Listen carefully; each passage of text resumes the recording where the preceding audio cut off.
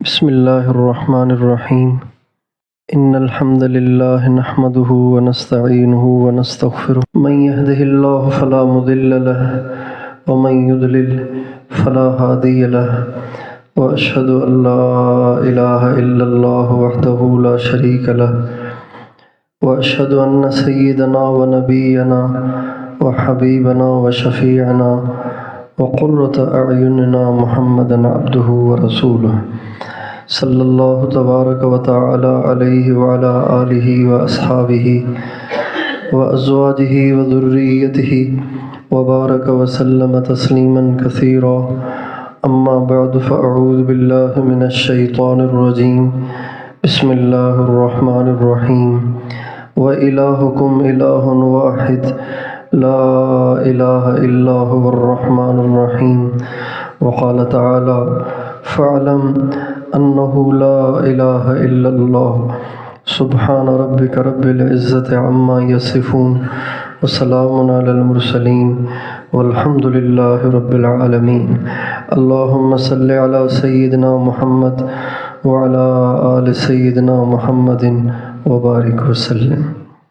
میرے محترم بھائیوں اور دوستو، انسان سراسر محتاج ہے، ہر وقت محتاج ہے، ہر حالت میں محتاج ہے۔ یہ صرف اس وقت محتاج نہیں ہے جب یہ دودھ پیتا تھا، بلکہ یہ جوان ہو کر بھی محتاج ہے، بڑھاپے میں بھی محتاج ہے۔ یہ محتاج پیدا ہوا ہے اور محتاج ہی مرتا ہے۔ یہ کبھی بھی بے نیاز نہیں ہوتا، یہ ہمیشہ محتاج ہے، اور محتاج کو ہمیشہ کسی مضبوط سہارے کی ضرورت ہوتی ہے۔ کسی کی ٹانگ ٹوٹی ہوئی ہے تو وہ خود نہیں چل سکتا، اسے بیساکھی چاہیے۔ کوئی نابینا ہو تو وہ خود نہیں چل سکتا، اسے کسی بینا کا کندھا چاہیے۔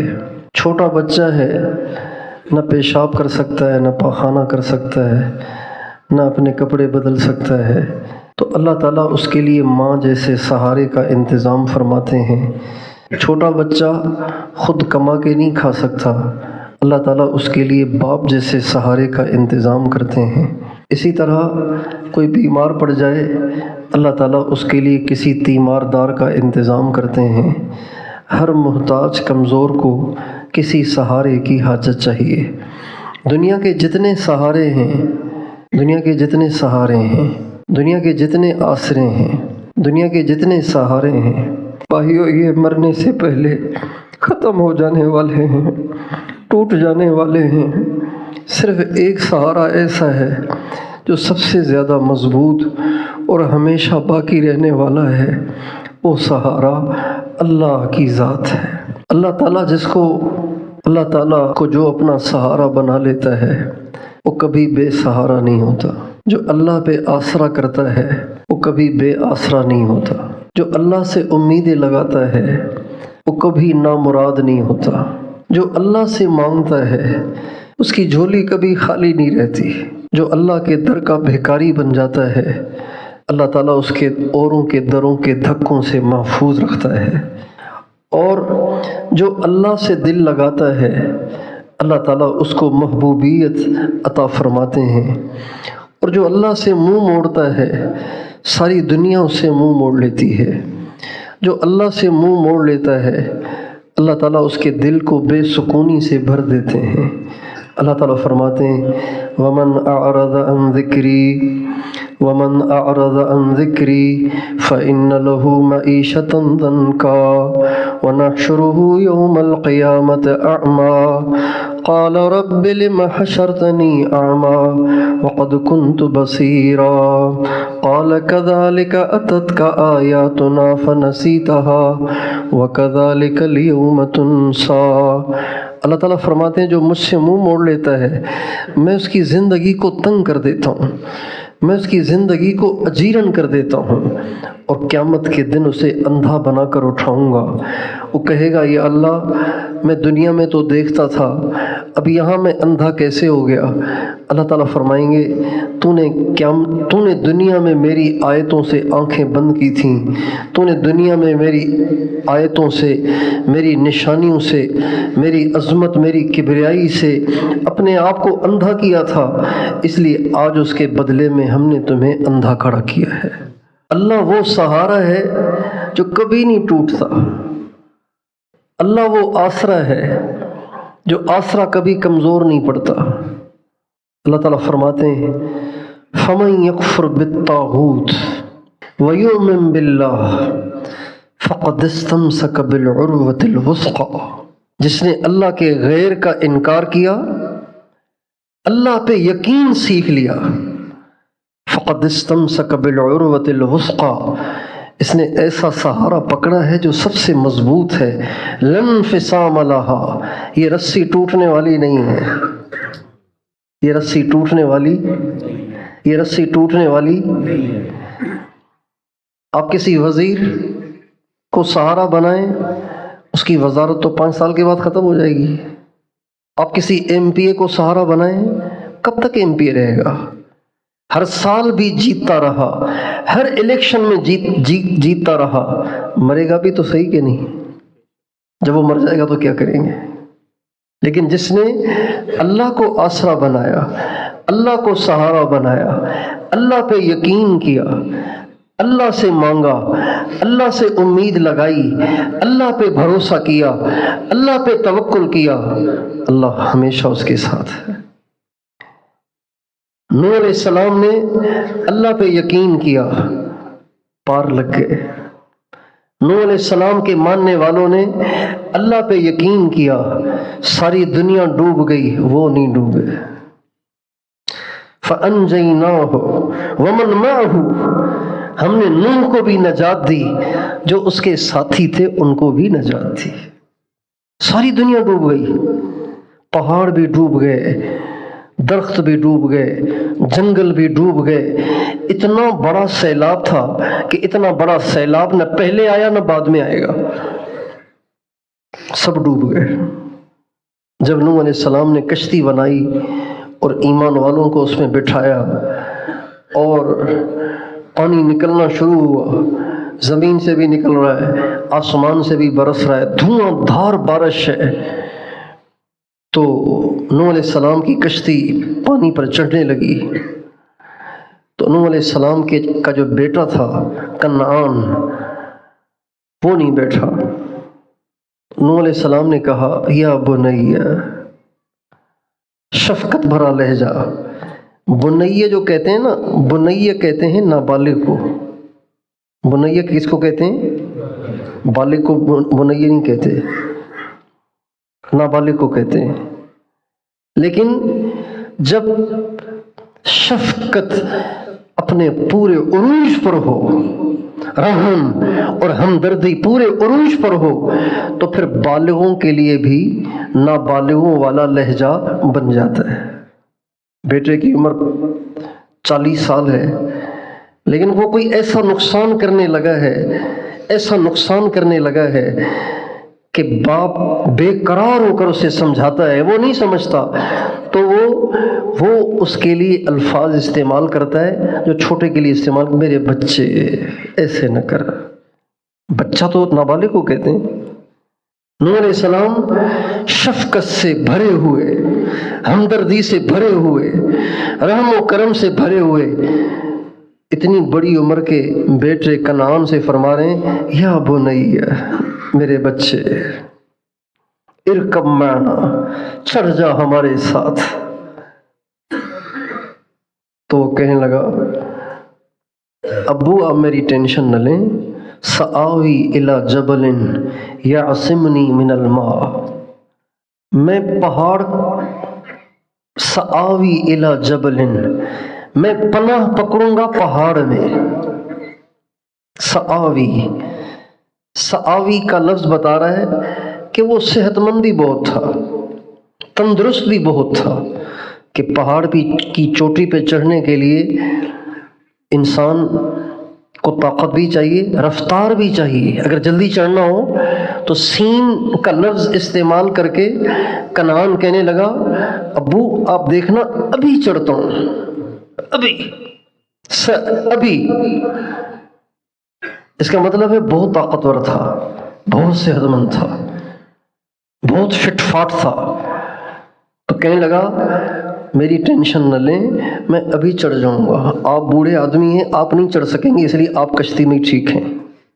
سآوی الی جبل یعصمنی من الماء، ابو آپ میری ٹینشن نہ لیں، میں ان قریب پہاڑ پہ چڑھ جاؤں گا اور پہاڑ مجھے بچا لے گا۔ تو نوح علیہ السلام فرمانے لگے، میرے بیٹے، لا عاصم اليوم من امر اللہ الا من رحم ربی، آج اللہ کے عذاب سے کوئی نہیں بچ سکتا سوائے اس کے جس پہ اللہ رحم کرے، اور اللہ ان پہ رحم کرے گا جو میرے ساتھ اس کشتی میں چڑھ جائیں گے، لہٰذا تو کشتی سے باہر نہ رہ، میرے ساتھ چڑھ جا۔ ابھی یہ باتیں ہو ہی رہی تھیں کہ وحال بینہم الموج، ابھی یہ باتیں ہو ہی رہی تھیں کہ ایک زوردار موج نے، ایک زوردار تھپیڑے نے اٹھا کے کنعان کو کہیں دور جا پھینکا اور وہ غرق ہو گیا۔ نوح علیہ السلام نے اللہ پہ بھروسہ کیا، بچ گئے۔ کنعان نے اللہ کے غیر پہ بھروسہ کیا، ہلاک ہو گیا۔ ہود علیہ السلام نے اللہ پہ بھروسہ کیا، بچ گئے۔ اور قوم عاد نے اللہ کے غیر پہ بھروسہ کیا تو ہلاک ہو گئے۔ موسیٰ علیہ السلام نے اللہ پہ بھروسہ کیا تو بچ گئے۔ فرعون نے اللہ کے غیر پہ بھروسہ کیا تو ڈوب گیا، تباہ اور برباد ہو گیا۔ موسیٰ علیہ السلام نے اللہ پہ بھروسہ کیا تو بچ گئے۔ قارون نے اپنے مال پہ بھروسہ کیا تو برباد ہو گیا۔ ابراہیم علیہ السلام نے اللہ پہ بھروسہ کیا، نمرود نے اپنی طاقت پہ بھروسہ کیا، نمرود کا نام و نشان مٹ گیا۔ ابراہیم علیہ السلام کے گن ساری دنیا گاتی رہے گی۔ ہم سب کمزور ہیں، ہم سب کو سہارے کی ضرورت ہے، ہم سب کو کسی مددگار کی ضرورت ہے، ہم سارے فقیر ہیں، ہم سب کو کسی داتا کی ضرورت ہے۔ اب اللہ تعالیٰ نے ہمیں اختیار دیا ہے، چاہے تو ہم اللہ کے غیر کو آسرا بنائیں، چاہے تو ہم اللہ کے غیر کا سہارا لیں، چاہے تو اللہ کے غیر پہ بھروسہ کریں، چاہے تو اللہ پہ بھروسہ کریں۔ لیکن ایک بات پکی ہے، جو اللہ پہ بھروسہ کرتا ہے اللہ اسے چھوڑتا نہیں ہے۔ جو اللہ کے غیر میں بھروسہ کرتا ہے اس کا غیر بے وفائی کرے گا، اسے چھوڑ جائے گا، اسے چھوڑ جائے گا، اسے چھوڑ جائے گا۔ کتنے سیاستدان ہیں جن کی محبت میں لوگ جیلوں میں چلے گئے، بعد میں سیاستدان بھول ہی گئے کہ کوئی جیل میں ہے۔ کتنے لوگ ہیں جنہوں نے وزیروں پہ بھروسہ کیا، کتنے لوگ ہیں جنہوں نے وڈیروں پہ بھروسہ کیا، کتنے لوگ ہیں جنہوں نے مالداروں پہ بھروسے کیے، لیکن سب نے انہیں بے سہارا کر دیا اور سب نے ان سے بے وفائی کر لی۔ لیکن اللہ وہ ذات ہے کہ اللہ تعالیٰ فرماتے ہیں وَمَن يَتَوَكَّلْ عَلَى اللَّهِ فَهُوَ حَسْبُهُ، جو اللہ پہ بھروسہ کرتا ہے اللہ کہتے ہیں میں اسے چھوڑتا نہیں ہوں، میں اس کو کافی ہو جاتا ہوں، میں اسے چھوڑتا نہیں ہوں، میں اس کو کافی ہو جاتا ہوں، میں اکیلا اسے کافی ہو جاتا ہوں۔ اللہ تعالیٰ پہ جو بھروسہ کرتا ہے اللہ تعالیٰ اس کی عزت رکھتے ہیں۔ اللہ تعالیٰ پہ جو بھروسہ کرتا ہے اللہ اس کو غنی کرتے ہیں۔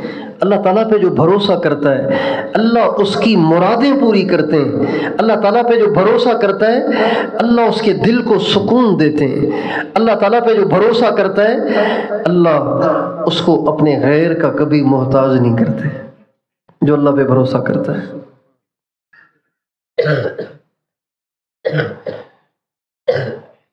ابراہیم علیہ السلام کو جب آگ میں ڈالنے کا مشورہ ہوا تو اب یہ سوچ رہے تھے کہ جی ان کو آگ میں پھینکیں کیسے، آگ تو بہت بڑی ہے، تو اتنی بڑی آگ میں پھینکنے کے لیے تو اس کے قریب جانا پڑے گا، تو قریب کون جائے؟ جو قریب جائے گا وہ بھی تو جھلس جائے گا۔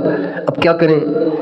چنانچہ شیطان نے ان کو ایک ٹیکنیک بتائی، پھینکنے کا ایک آلہ بنانے کا طریقہ دیا، اس کو کہتے ہیں منجنیق۔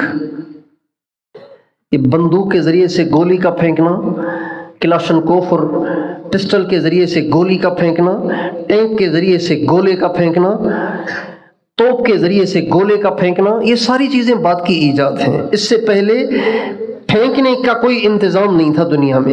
سب سے پہلے شیطان نے نمرود کی فوج کو منجنیق بنانے کا طریقہ سکھایا. انہوں نے منجنیق بنایا اور حضرت ابراہیم علیہ السلام کے کپڑے اتار دیے، ان کو رسیوں سے باندھا. ہمارے نبی کا ارشاد ہے کل قیامت کے دن جب لوگ پیش ہوں گے تو سب کے سب ننگے ہوں گے. دنیا کے جتنے انسان قیامت کے دن اٹھائے جائیں گے وہ سب کے سب ننگے ہوں گے. اما عائشہ نے کہا یا رسول اللہ پھر شرم نہیں آئے گی؟ اتنے سارے ننگے ہوں گے تو شرم نہیں آئے گی؟ اب علیہ السلام نے فرمایا عائشہ، لوگوں کو آخرت کی دہشت اور لوگوں کو آخرت کا غم اور جہنم کا خوف اتنا دامنگیر ہوگا کہ ان کا کسی اور کی طرف خیال اور دھیان ہی نہیں جائے گا، ننگے ہوں گے. پھر آپ فرماتے ہیں اول من یکسا یوم القیامہ، سب سے پہلے جسے قیامت کے دن کپڑے پہنائے جائیں گے وہ حضرت ابراہیم ہوں گے، اس لیے کہ اللہ کے لیے ان کے کپڑے اتارے گئے تھے، لہٰذا اللہ قیامت کے دن سب سے پہلے ان کو کپڑے پہنائیں گے. رسیوں سے باندھا گیا، منجنیق میں بٹھایا گیا اور پھر آگ کی طرف پھینکا گیا. اب کوئی چیز پھینکی جائے تو جہاں اسے پھینکا جا رہا ہے جو اس کا نشانہ ہے وہاں تک پہنچنے میں منٹ نہیں لگتے، سیکنڈ لگتے ہیں، سیکنڈ لگتے ہیں. ان سیکنڈوں کے بیچ میں، ان سیکنڈوں کے دورانیے میں فرشتے آئے، پانی کا فرشتہ اور ہوا کا فرشتہ، اور دونوں فرشتوں نے آ کے حضرت ابراہیم علیہ السلام کو مدد کی پیشکش کی کہ آپ اگر حکم کریں تو ہم بجھا دیں اسے، اگر آپ حکم کریں تو زوردار ہوا چلا کے اڑا دیں اسے. تو حضرت ابراہیم علیہ السلام فرمانے لگے کیا آپ کو اللہ نے بھیجا ہے؟ کہا بھیجا نہیں ہے، بات ہے صاف صاف، بھیجا نہیں ہے اللہ نے. ہم نے اللہ سے پوچھا تھا تو اللہ نے فرمایا ان استغاث بکم فاغیثوہ، اگر وہ تمہاری مدد کو قبول کر لے تو بے شک کر لینا، اور اگر وہ قبول نہ کرے تو پھر تم بیچ سے ہٹ جانا. چنانچہ حضرت ابراہیم علیہ السلام فرمانے لگے جب اللہ نے حکم نہیں دیا تو پھر تم سے مدد لیتے ہوئے مجھے حیا آتی ہے. چنانچہ فرشتے پیچھے ہٹ گئے. اب حضرت ابراہیم آگ کے قریب ہی پہنچ گئے. جب آگ کو ابھی ٹچ نہیں کیا تھا اس سے پہلے اللہ تعالیٰ کی طرف سے حکم آیا یا نار کونی بردن وسلاما علی ابراہیم، اری آگ تو اوروں کے لیے گرم تھی لیکن میرے ابراہیم کے لیے گرم نہ رہنا، میرے ابراہیم کے لیے ٹھنڈی ہو جا سلامتی والی.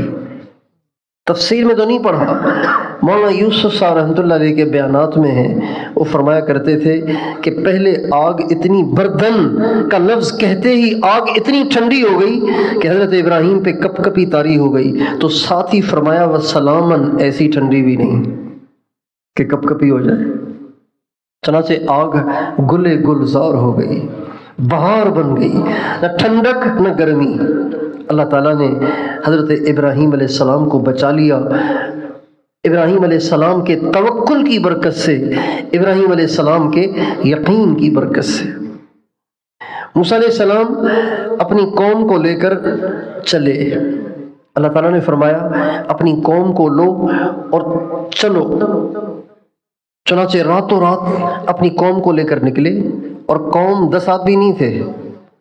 10 آدمی کی جماعت ہوتی ہے نا، ہمارے ہاں تو 12 آدمی کی جماعت ہوتی ہے، انہیں کو سنبھالنا مشکل ہوتا ہے. ہر آدمی کا اپنا مزاج، اس کی بات کو سمجھنا، پھر اس کے ساتھ اس کے مطابق رویہ کرنا مشکل ہو جاتا ہے. 6 لاکھ آدمی تھے. کتنے آدمی تھے؟ 6 لاکھ آدمیوں کو لے کے چلو جی. اور جو 6 لاکھ ہیں وہ بھی بنی اسرائیل، ٹیڑے درجے کے لوگ، ٹیڑے. فلما زاغوا ازاغ اللہ قلوبہم، ٹیڑے لوگ. یہود ٹیڑے لوگ ہیں، بہت کم لوگ ان میں سے سدھرتے ہیں. نبی کریم صلی اللہ علیہ وسلم کی بعثت ہوئی، مشرکین مکہ دھڑا دھڑ اسلام میں، کرسچن عیسائی دھڑا دھڑ اسلام میں، یہودی نہیں. ایک آدمی مسلمان ہوا، عبداللہ ابن سلام.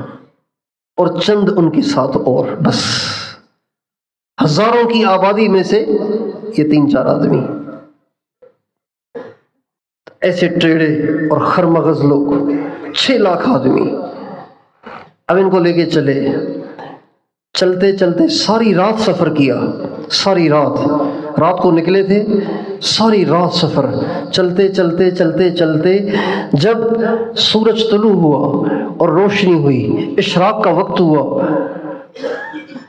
اور سورج نکلا، تو سامنے سمندر آ گیا، اور پیچھے جو مڑ کے دیکھا تو فرعون کو بھی پتہ چل گیا تھا کہ یہ موسیٰ بھگا کے لے گیا ہے ہمارے نوکروں کو، تو وہ بھی اپنا لشکر لے کے ان کے پیچھے چل پڑا۔ اب پیچھے دیکھیں تو فرعون اور اس کا لاؤ لشکر، اور آگے دیکھیں تو بحر کلثم اور اس کی خوفناک موجیں۔ تو اب بنی اسرائیل تو تھر تھر کانپنے لگ گئے اور کہنے لگے موت ہی موت ہے، آگے سمندر کی موجیں وہ بھی موت، پیچھے فرعون اور اس کا لاؤ لشکر وہ بھی موت۔ تو کہنے لگے انا لمدرکون، موسیٰ تم مانو نہ مانو آج تو ہماری پکی موت ہے۔ انا بھی کہا اور لام بھی لے آئے، انا لمدرکون، موسیٰ آج تو پکی بات ہے کہ ہم بچ نہیں سکیں گے، آج تو ہم ضرور مارے جائیں گے، آج تو ہم ضرور بلا شک و شبہ مارے جائیں گے۔ لیکن موسیٰ علیہ السلام کا یقین اللہ پہ تھا۔ کس پہ تھا؟ کس پہ تھا؟ بڑوں کا یقین ڈاماڈول ہو جاتا ہے جب حالات آتے ہیں، جب پریشانیاں آتی ہیں، جب اسباب الٹے سیدھے نظر آتے ہیں تو بڑے ایمان والوں کے ایمان ڈگمگا جاتے ہیں۔ لیکن یہ تو نبی تھے، اللہ کے کلیم تھے۔ جب ساری قوم نے 6 لاکھ آدمیوں نے یک آواز ہو کر کہا موسیٰ آج تو ہم ضرور پکڑے گئے، آج تو ہم ضرور مارے گئے، تو موسیٰ علیہ السلام نے ان 6 لاکھ کے ڈگمگاتے ہوئے یقین پہ ضرب لگاتے ہوئے فرمایا کلا، ہرگز نہیں، ان معی ربی سیہدین، میرا رب میرے ساتھ ہے۔ جس کے ساتھ رب ہو وہ ہلاک ہو سکتا ہے؟ اللہ جس کے ساتھ ہو اس کا کوئی بال بیگا کر سکتا ہے؟ ہمارے سندھ کے سلسلہ قادریہ کے ایک بڑے مشہور بزرگ گزرے ہیں، حضرت شاہ عبداللطیف بھٹرائی رحمۃ اللہ علیہ۔ اب آپ کو سندھی تو سمجھ آئے گی نہیں، لیکن آپ کو سمجھ آئے نہ آئے، میرے اندر جو جھاگ اٹھ رہی ہے میں اسے نکال لیتا ہوں۔ شاہ عبداللطیف بھٹرائی فرماتے ہیں سر میں پکھی ہکڑو متھ سماری لکھ، پر جے رب جی ہوجے سے رکھ، تسر میں گھومے سر ہو۔ فرماتے ہیں کہ اگر کسی باغ میں پرندہ ہو 1 اور شکاری ہو 1 لاکھ،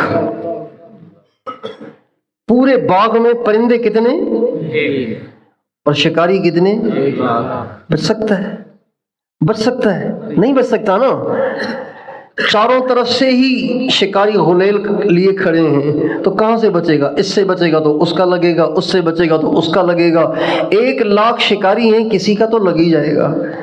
لیکن شاہ صاحب فرماتے ہیں نہیں، اگر اللہ کی حفاظت ہو تو اب بھی بچ سکتا ہے۔ اگر کسی باغ میں 1 پرندہ ہو اور اس کے لاکھ مارنے والے ہوں، اللہ کی اسے حفاظت حاصل ہو تو اسے کوئی نہیں مار سکتا۔ کلا، ہرگز نہیں۔ بے شک سمندر کی موجیں بڑی خوفناک ہیں، بے شک 16 لاکھ کا لشکر لے کر فرعون بھی بڑا ظالم خون کا پیاسا آ رہا ہے، لیکن اللہ جو ساتھ ہے تو کیا ہوگا؟ چنانچہ اللہ تعالیٰ کا حکم ہوا کہ آپ اس لاٹھی کو سمندر پہ ماریں۔ موسیٰ علیہ السلام نے لاٹھی کو سمندر پہ مارا، سمندر پہ لاٹھی پڑتے ہی سمندر میں راستے بننا شروع ہو گئے، پانی کی دیواریں بننا شروع ہو گئیں، اور 12 راستے بنے، چونکہ لشکر 12 تھے نا، قبیلے 12 تھے۔ موسیٰ علیہ السلام کے ساتھ جو قبیلے تھے وہ 12 قبیلے تھے۔ یعقوب علیہ السلام کے 12 بیٹے تھے، ان 12 بیٹوں کے الگ الگ قبیلے بن گئے، تو 12 یعنی ایک قبیلے کے 50,000 آدمی، 12 قبیلوں کے 6 لاکھ آدمی، 12 راستے بنے تاکہ ہر قبیلے والا اپنے قبیلے والوں کے ساتھ اطمینان سے راستہ کراس کرے۔ فرعون آیا، اس کی فوج آئی، وہ سب کے سب ڈوب گئے، لیکن موسیٰ علیہ السلام کی قوم کے کسی شخص کا ایک بال بھی بیکا نہیں ہوا، اس لیے کہ اللہ پہ بھروسہ کیا۔ یہ جو اللہ کی ذات پہ بھروسہ ہے، یہ انسان کو بہت طاقتور کر دیتا ہے۔ دنیا کی سب سے بڑی طاقت وہ یقین ہے۔ دنیا کی سب سے بڑی طاقت کیا ہے؟ بلیف، یقین، اللہ کی ذات پہ یقین، یہ دنیا کی سب سے بڑی طاقت ہے۔ نبی کریم صلی اللہ علیہ وسلم سیدنا صدیق اکبر رضی اللہ عنہ کے ساتھ غار ثور کے اندر بیٹھے ہوئے، رات کو تشریف لے آئے تھے اندر۔ غار ایسے داخل ہونے کی نہیں تھی جیسے دروازہ ہوتا ہے آدمی داخل ہوتا ہے، بلکہ غار ایسے تھی کہ نیچے سے ایک جگہ بنی ہوئی تھی جس میں لیٹ کر اندر داخل ہونا پڑتا تھا۔ تو ہمارے نبی لیٹ کر اندر داخل ہوئے، حضرت ابوبکر لیٹ کر اندر داخل ہوئے۔ پہلے حضرت ابوبکر گئے، جا کے صاف کیا، ٹھیک کیا، پھر اللہ کے نبی کو اندر بلایا، اللہ کے نبی بھی لیٹ کے اندر گئے، اب دونوں حضرات اندر بیٹھے ہوئے ہیں۔ جب آپ نکلے مکے سے اور پتہ چلا کہ حضور تو غائب ہو گئے، تو ابو جہل نے ایک پیری کو بلایا جو پاؤں کے نشانات پہچانتے تھے اس زمانے میں اور پتہ لگاتے تھے کہ آدمی کہاں گیا ہے، اس کو لیا اور ڈھونڈتے ڈھونڈتے ڈھونڈتے ڈھونڈتے جبل ثور پہ پہنچ گئے۔ اب غار ثور کے پاس کھڑے ہوئے ہیں، غار ثور کے پاس کھڑے ہوئے ہیں اور کہہ رہے پاؤں تو یہاں تک آئے تھے، آگے پتہ نہیں کہاں چلے گئے، آگے پتہ نہیں کہاں چلے گئے۔ یہ آپس میں باتیں کر رہے ہیں۔ جب ان کے پاؤں پہ حضرت ابوبکر صدیق کی نظر پڑی تو ہمارے نبی سے کہنے لگے لو ان احدہم نظر تحت قدمیہ لابصرنا، یا رسول اللہ یہ تو ہمارے سامنے ہی آ کے کھڑے ہو گئے، اب اگر ان میں سے کسی ایک نے ذرا نیچے کو جھک کر اندر بھی جھانک لیا تو یہ تو ہمیں پکڑ لیں گے نا، پھر تو ہمیں نقصان پہنچائیں گے۔ آپ نے فرمایا ما ظنک یا ابا بکر باثنین اللہ ثالثہما، ابو بکر تیرا کیا گمان ہے ان دو کے بارے میں جو دو نہیں ہیں، ان کے ساتھ تیسرا اللہ بھی ہے۔ ان کے بارے میں تمہارا کیا خیال ہے؟ ان کو بھی کوئی پکڑ سکتا ہے؟ اس کو یقین کہتے ہیں۔ 3 دن ہمارے نبی نے گزارے، 3 دن کے بعد آپ وہاں سے رخصت ہوئے۔ جب آپ چلنے لگے تو آگے جا کر ایک جگہ ہے رابغ، اس کے جب قریب پہنچے تو ایک گھوڑ سوار سرپٹ گھوڑا دوڑاتا ہوا آپ کی طرف آیا۔ وہ تھا سراقہ ابن مالک بن جشعم مزدلجی۔ یہ ایک دیہاتی بڑا ڈاکو قسم کا قبیلہ تھا، اس کا یہ سردار تھا۔ اس کو پتہ چلا کہ قریش مکہ نے اعلان کیا ہے جو محمد کو پکڑ کر لائے گا صلی اللہ علیہ وسلم کو تو ہم اسے 100 اونٹ دیں گے انعام میں۔ 100 اونٹ، ایک اونٹ آج کل کتنے کا ہے؟ 5 لاکھ کا، تو 100 اونٹ کتنے کے ہو گئے؟ 5 کروڑ کے۔ تو 5 کروڑ اگر کسی پہ انعام رکھا جائے تو ہر آدمی کہے گا بھائی چلو میں بھی کوشش کر لوں، شاید میں ہی کچھ کر لوں۔ سراقہ ابن مالک کو شوق چڑھ گیا کہ جی میں بھی، محمد عام آدمی ہے، کوئی پہلوان تھوڑی ہے، پکڑ کے لے آؤں گا، ان کے پاس پیش کر دوں گا، 100 اونٹ مل جائیں گے، مزے ہو جائیں گے۔ تو سراقہ ابن مالک اپنے گھوڑے کو سرپٹ دوڑاتا ہوا آ رہا ہے۔ جب دور سے غبار دکھائی دیا تو حضرت ابوبکر صدیق چونکہ گارڈ تھے نا، باڈی گارڈ تھے، تو باڈی گارڈ کو چاروں طرف نظر رکھنی ہوتی ہے۔ حضور تو اپنی نظر نیچے رکھتے تھے، ہر وقت یوں ہی رہتے تھے، نظر آپ کی اٹھتی ہی نہیں تھی۔ اب حضور تو یوں جا رہے ہیں اور سیدنا صدیق اکبر چونکہ باڈی گارڈ ہیں تو ہر طرف دیکھ رہے ہیں کہیں سے سرکار کو کوئی نقصان نہ پہنچائے۔ تو نظر پڑ گئی کہ پیچھے کوئی سرپٹ دوڑاتا ہوا آ رہا ہے گھوڑے کو، تو کہا یا رسول اللہ کوئی گھوڑ سوار آ رہا ہے۔ آپ نے فرمایا آنے دو،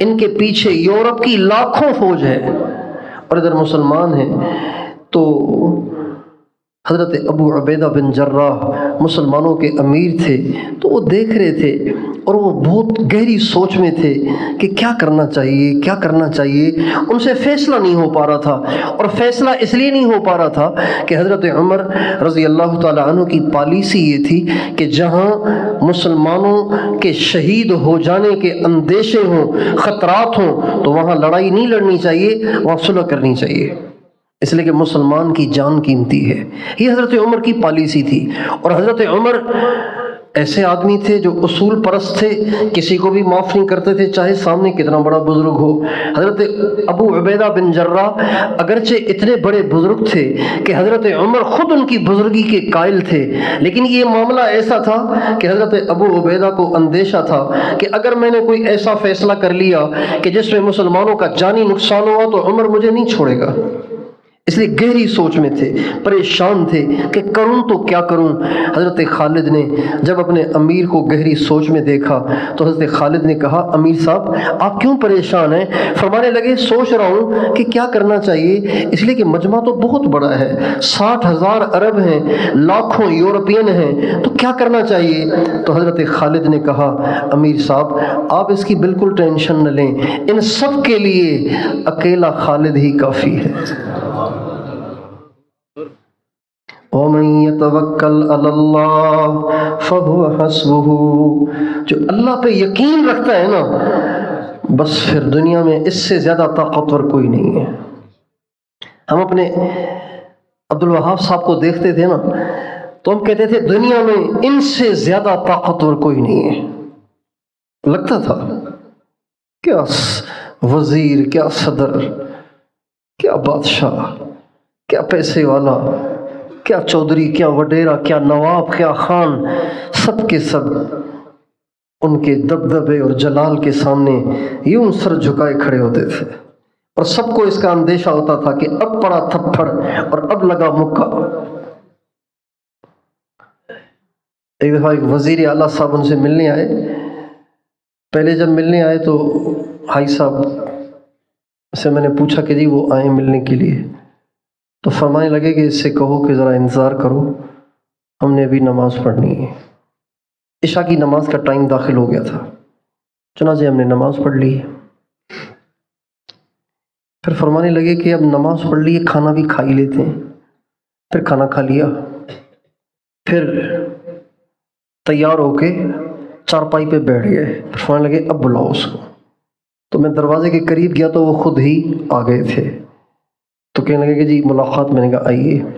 جو ہی داخل ہوئے ان کے ساتھ بڑے بڑے افسران، پولیس کے آئی جی اور پتہ نہیں کون کون، چودھری وڈیرے شڈیرے، چیلے چماٹرے، پوری ایک گینگ تھی جو ملنے آئی تھی۔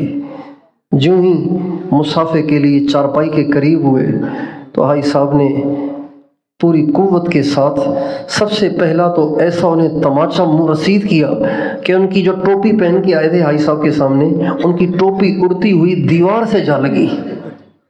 یہ مبالغہ نہیں کر رہا ہوں، جو ہوا وہ بتا رہا ہوں۔ ایسا تھپڑ رسید کیا کہ ٹوپی اڑتی ہوئی جا کے دیوار سے لگی، تو پیچھے والوں نے جلدی سے ٹوپی اٹھائی اور پیش کی، اور سارے گھبرا گئے کہ یہ کیا ہو رہا ہے، یہ تو کبھی ہوتا نہیں ہے کہ وزیر اعلیٰ کو پڑے تھپڑ، تو پتہ نہیں کہاں آ گئے ہم۔ تو سارے پریشان ہو رہے تھے اور ہر ایک سنبھلنے کی کوشش کر رہا تھا۔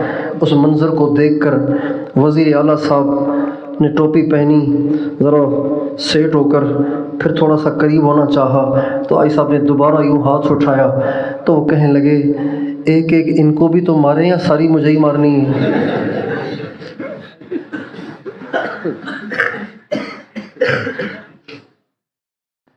یہ اس نے کہا تو عیسیٰ نے فرمایا تجھے ماروں گا، اس لیے کہ تو اپنے آپ کو کچھ سمجھتا ہے، حالانکہ تو کچھ نہیں ہے، اللہ سب کچھ ہے۔ آئے عشاق گئے وعدہ فردا لے کر، اب انہیں ڈھونڈ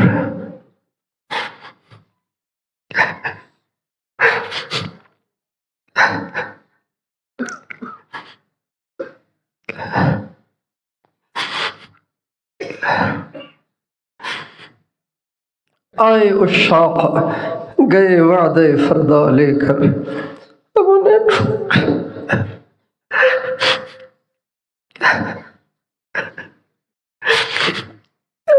ڈھونڈ چراغے رخ زیبا لے کر، کہاں ڈھونڈے؟ ہم سب کے سب اللہ کے غیر سے متاثر ہیں، پیسے والوں سے متاثر ہیں، عہدے والوں سے متاثر ہیں، کرسیوں والوں سے متاثر ہیں، وہ کسی سے متاثر نہیں ہوتے تھے۔ وَإِلَٰهُكُمْ إِلَٰهٌ وَاحِدٌ لَا إِلَٰهَ إِلَّا هُوَ الرَّحْمَٰنُ الرَّحِيمُ، تمہارا معبود ایک ہے، دو نہیں ہے، صرف ایک کو بڑا مانو، صرف ایک سے مانگو، صرف ایک سے ڈرو، صرف ایک کو چاہو، صرف ایک پہ بھروسہ کرو، صرف ایک سے امید لگاؤ۔ لا الہ الا ہو، کوئی نہیں اس کے سوا۔ اللہ لا الہ الا ہو الحی القیوم لا تأخذہ سنۃ ولا نوم لہ ما فی السماوات وما فی الارض من ذا الذی یشفع عنده الا بإذنہ یعلم ما بین ایدیہم وما خلفہم ولا یحیطون بشیء من علمہ الا بما شاء وسع کرسیہ السماوات والارض وهو العلي العظيم۔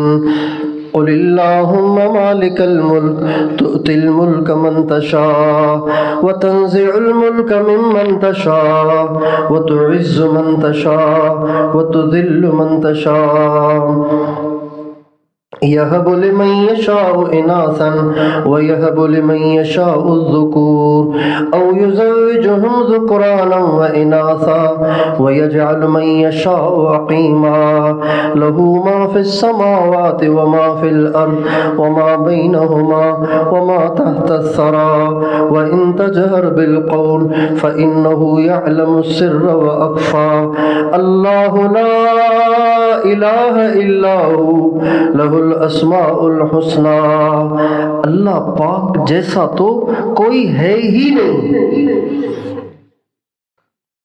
اتنا بڑا ہے کہ اس کی بڑائی کی کوئی حد ہی نہیں، اتنا طاقتور ہے کہ اس کی طاقت کی کوئی حد ہی نہیں، اتنا با اختیار ہے کہ اس کے اختیارات کی کوئی حد ہی نہیں، ایسا صفات والا ہے کہ اس کی صفات کی کوئی حد نہیں۔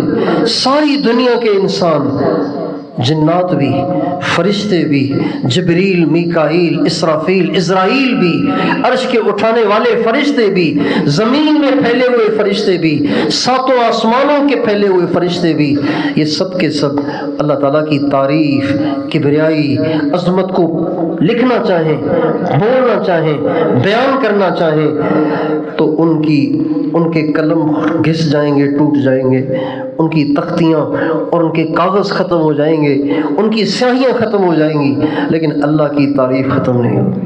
اللہ اتنا بڑا ہے، لیکن کم قسمتی سے ہم نے اس پہ کبھی غور نہیں کیا کہ اللہ بڑا ہے۔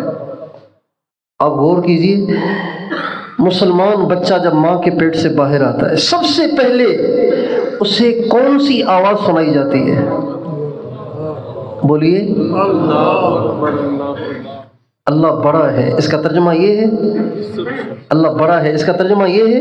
نہیں، اکبر ہے، اس میں تفضیل کا صیغہ، اس میں تفضیل اس پہ بولا جاتا ہے، اس ذات پہ بولا جاتا ہے کہ جو ذات اس صفت میں یکتا ہو، اس سے اوپر کوئی ہو ہی نہیں۔ اللہ اکبر، اللہ اتنا بڑا کہ اس جیسا بڑا کوئی ہے ہی نہیں۔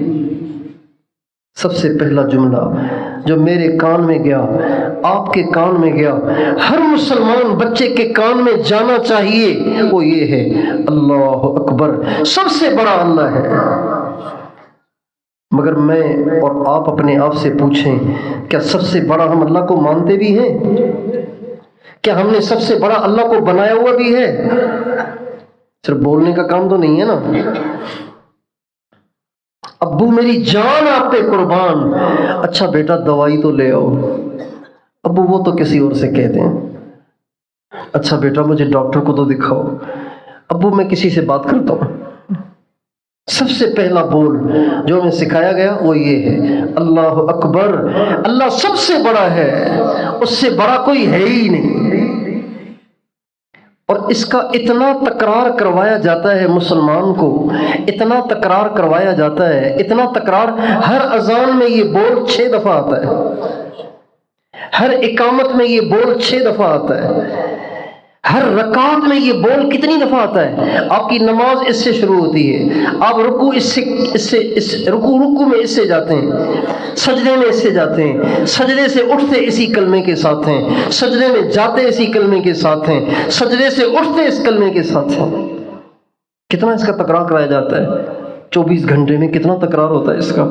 اللہ اکبر اللہ اکبر اللہ اکبر اللہ اکبر اللہ اکبر. لهم قلوب لا يفقهون بها ولهم آذان لا يسمعون بها. ان کے پاس دل تو ہیں لیکن سمجھتے نہیں، ان کے پاس کان تو ہیں لیکن سنتے نہیں. اولئک کالانعام بل هم اضل. یہ انسان کہلانے کے لائق ہی نہیں ہے، یہ تو چوپایوں کی طرح سے ہیں، بلکہ چوپایوں میں بھی کچھ سمجھ ہے، یہ چوپایوں سے بھی زیادہ کم عقل اور بھٹکے ہوئے لوگ ہیں.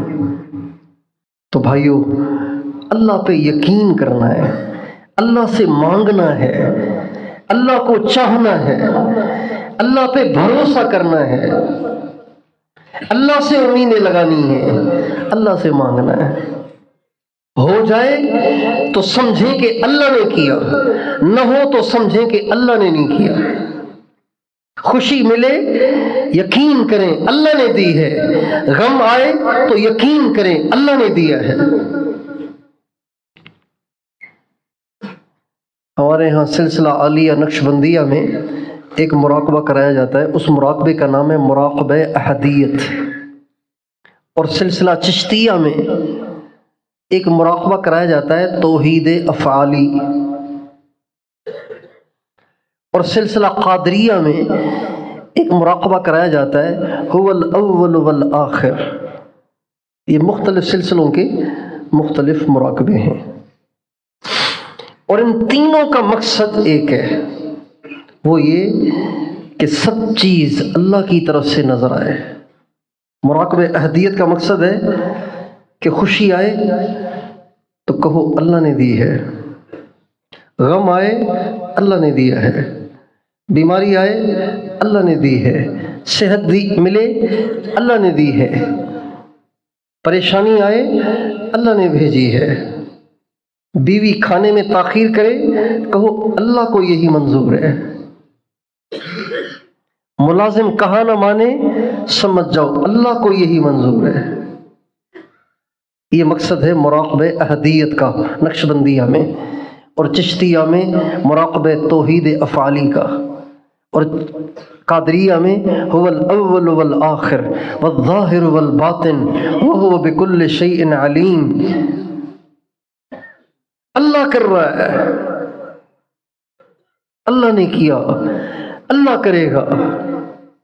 ہمارے حاج صاحب کبھی کبھی جوش میں آ کے یہ فرماتے تھے یا اللہ آپ اتنی دیر کیوں کر رہے ہیں، کرنا تو آپ ہی نے ہے نا، کسی اور نے تو کرنا نہیں، کرنا تو آپ ہی نے ہے.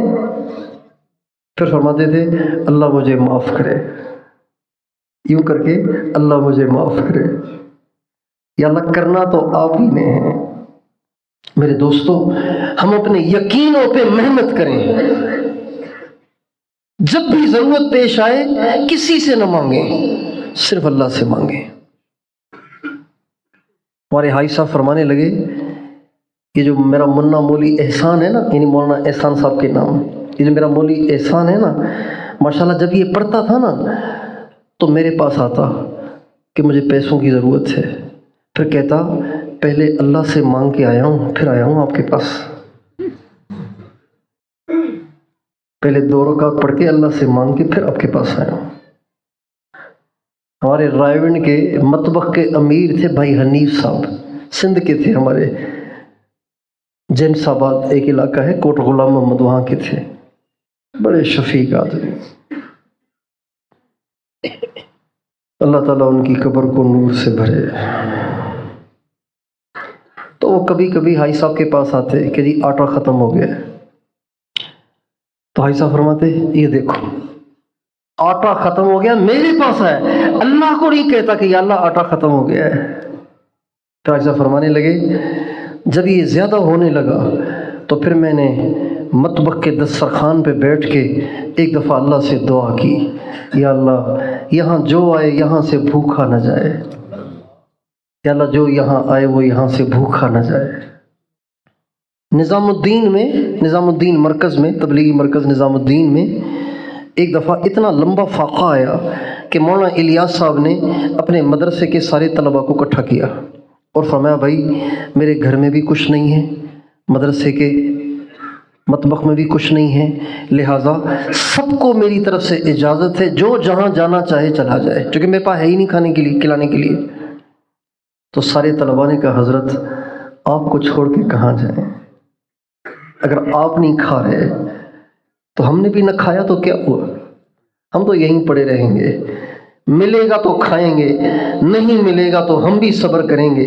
جب یہ کہا تو مولانا الیاس صاحب کو رحم آیا اور مولانا حجرے میں داخل ہوئے، کافی دیر کے بعد حجرے سے نکلے، چہرہ سرخ، اور پھر فرمایا اس چار دیواری میں آج کے بعد فاقہ نہیں آئے گا۔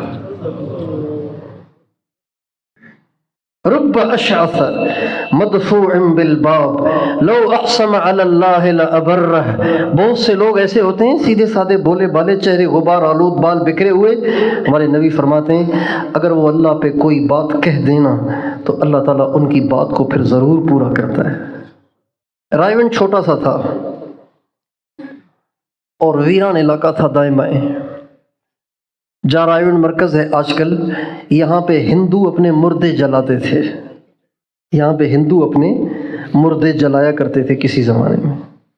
تو ایک دفعہ ڈاکوؤں نے پرچی بھیجی ہمارے بزرگوں کو، میاں جی عبداللہ صاحب میواتی جنہوں نے رائے مرکز کی زمین دی، ان کا نام میاں جی عبداللہ صاحب۔ رائے کا پھاٹک ہے، پھاٹک کے قریب ایک چھوٹی سی مسجد ہے، پھاٹک والی مسجد، اس میں ان کی قبر ہے۔ میاں جی عبداللہ صاحب لمبے پتلے سانولے، میواتی، پرچی بھیجی کہ رات کو ہم تمہارے مہمان ہیں، اچھی خاصی رقم تیار رکھنا ورنہ خیر نہیں ہے۔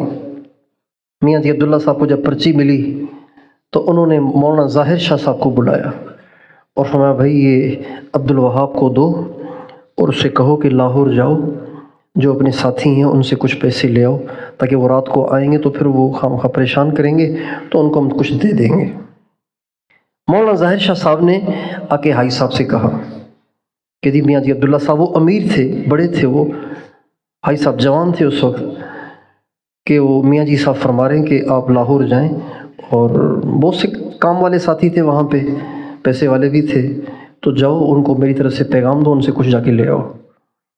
مولانا ظاہر شاہ صاحب نے پیغام دے دیا، یہ صبح کا ٹائم ہے، اب دوپہر شام ہو گئی۔ جب شام ہو گئی تو میاں جی عبداللہ صاحب نے فرمایا بھائی وہ عبدالوہاب نے پتہ نہیں کیا کیا، جو بھیجا تھا لاہور، پتہ نہیں کیا کیا اس نے۔ مولانا ظاہر شاہ صاحب کو بلایا، بھائی عبدالوہاب سے پوچھو کیا ہوا، وہ بھیجا تھا اس کو لاہور۔ تو مولانا ظاہر شاہ صاحب حاجی صاحب کے پاس آئے کہ بھائی وہ کیا ہوا، میاں جی صاحب پوچھ رہے ہیں، تو کہا ان سے کہیں کام ہو گیا۔ تو کہا کیا ہو گیا، کچھ بتاؤ نا، وہ مجھ سے پوچھیں گے تو میں تو وضاحت دوں گا نا، ان کو بتاؤ کیا ہو گیا۔ ان کا بس آپ ان سے یہی کہیں کہ ہو گیا۔ ان کا بھائی وہ تو وضاحت پوچھیں گے نا، ابھی یہ ہم عمر ہیں، مولانا ظاہر شاہ صاحب اور حاجی صاحب ہم عمر ہیں، تقریباً 2 سال کا فرق ہے، اور دونوں شاہ عبد القادر رائے پوری کے خلیفہ ہیں، قطب الارشاد شیخ المشائخ حضرت مولانا شاہ عبد القادر رائے پوری رحمۃ اللہ علیہ کے یہ دونوں مریدان خاص ہیں، عبدالوہاب صاحب بھی اور ہمارے مولانا ظاہر شاہ صاحب، یہ دونوں ان کے خلیفہ ہیں۔ تو ان کا بس آپ کہہ دیں ان سے کہ ہو گیا کام کا، نہیں آپ مجھے واضح بتائیں جو مجھ سے پوچھیں گے وہ۔ تو کہا میں نے آیت الکرسی پڑھ لی ہے۔ عجیب بات ہے، امیر صاحب نے ایک بات کی، آپ کہہ رہے میں نے آیت الکرسی پڑھ لی ہے۔ اب تاخیر اتنی ہو گئی ہے کہ اب کچھ ہو بھی نہیں سکتا، اب رات قریب ہو رہی ہے، اب لاہور جانے کا 1.5 گھنٹہ، آنے کا 1.5 گھنٹہ۔ اس زمانے میں ٹوٹی ہوئی گندی سڑک تھی اور چھکڑے چلتے تھے، ٹوٹی ہوئی بسیں چلتی تھیں، اب جانے میں 2 گھنٹے، آنے میں 2 گھنٹے، اب تو ہو بھی نہیں سکتا۔ چلو جی، اب عبدالوہاب کو کام کہا لیکن کیا نہیں اس نے۔ بہرحال اللہ کی شان، رات ہوئی تو وہ ڈاکو رائیونڈ اسٹیشن پہ اتر کے کہنے لگے یار یہ ان مولویوں کے پاس ہوگا کیا، یہ بیچارے چندے پہ چلنے والے، یہ ہمیں کیا دیں گے، چلو آگے چلتے ہیں، پاجیاں بڑا علاقہ ہے، وہاں پہ چل کے ڈاکہ ڈالتے ہیں۔ وہاں کسی گھر میں گھسے اور پکڑے گئے اور پولیس کے ہاں گرفتار ہو گئے۔ پولیس نے پکڑ کے جب ان کی ٹھکائی لگائی تو وہاں پہ انہوں نے یہ ساری بات بتائی کہ جانا تو ہم نے رائیونڈ تھا لیکن ہم نے سوچا کہ وہاں تو کچھ ملے گا نہیں، اس لیے ہم یہاں گھس آئے، یہاں پکڑے گئے۔ آیت الکرسی پڑھ لی ہے۔ اللہ پہ یقین سیکھیں،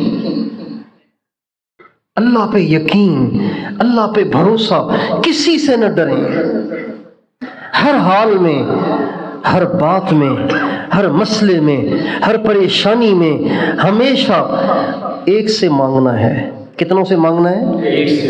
کتنوں سے مانگنا ہے؟ ایک سے۔ ایاک نعبد و ایاک نستعین، اے اللہ صرف تجھ سے مانگیں گے اور کسی سے نہیں۔ ایاک، صرف تجھ سے مانگیں گے اور کسی سے نہیں مانگیں گے۔ حضرت عبداللہ ابن عباس فرماتے ہیں میں اللہ کے نبی کے ساتھ سواری پہ بیٹھا ہوا تھا تو آپ علیہ السلام فرمانے لگے یا غلام انی اعلمک کلمات، لڑکے میں تجھے چند باتیں سکھاتا ہوں، ان کو یاد کر لو، ساری زندگی کام آئیں گی۔ اب وہ باتیں کیا تھیں؟ وہ باتیں کوئی وظیفے نہیں تھے کہ یہ وظیفہ پڑھ لو گے تو یہ ہو جائے گا، یہ پڑھ لو گے تو یہ ہو جائے گا، یہ پڑھ لو گے تو یہ ہو جائے گا۔ ہمارے نبی نے اپنی امت کو وظیفوں پہ نہیں ڈالا، یہ مزاج ٹھیک نہیں ہے۔ ہر کام کے لیے وظیفے ڈھونڈنا، ہر کام کے لیے کوئی وظیفہ ڈھونڈنا اور وظیفہ طلب کرنا، یہ مزاج ٹھیک نہیں ہے۔ صحابہ نے ہمارے نبی سے وظائف مانگے نہیں، جس کو حضور نے دے دیا دے دیا، جس کو نہیں دیا اس کے لیے دعا کر لی، جس کو دعا بھی نہیں دی اس نے صبر کر لیا۔ ہمارے ہاں بر صغیر میں، خصوصاً پاکستان، ہندوستان، بنگلہ دیش میں ایسا مرض ہے کہ ہر چیز کے لیے وظیفہ پوچھتے ہیں۔ ایک آدمی نے کہا میری بیوی روٹی پکاتی ہے ہمیشہ کچی رہ جاتی ہے، کوئی وظیفہ ہے اس کے لیے؟ اب بتائیں اس قوم کو کیا کیا جائے؟ اور یہ مرض بہت پرانا ہے۔ حضرت گنگوہی کے پاس ایک عورت آئی ہے، دیہاتی عورت، کہنے لگی مولوی جی میری جو مانگ ہے نا، مانگ، میں جب بھی کنگھی کرتی ہوں مانگ ٹیڑھی ہو جاتی ہے، کوئی تعویذ دو اس کے لیے تاکہ مانگ سیدھی ہو جائے۔ گنگوئی نے کہا مائی جا اپنا کام کر، مانگ سیدھی کرنے کے لیے تعویذ لینے آئی ہے۔ مگر وہ دیہاتی نہ ادب آداب نہ کچھ، پیچھے پڑ گئی۔ آخر حضرت گنگوہی نے ایک پرچی پہ لکھ کے دیا یا اللہ اس کے مسئلے کا حل مجھے تو آتا نہیں مگر یہ مانتی نہیں، لہٰذا تو اس کی مانگ کو ٹھیک کر۔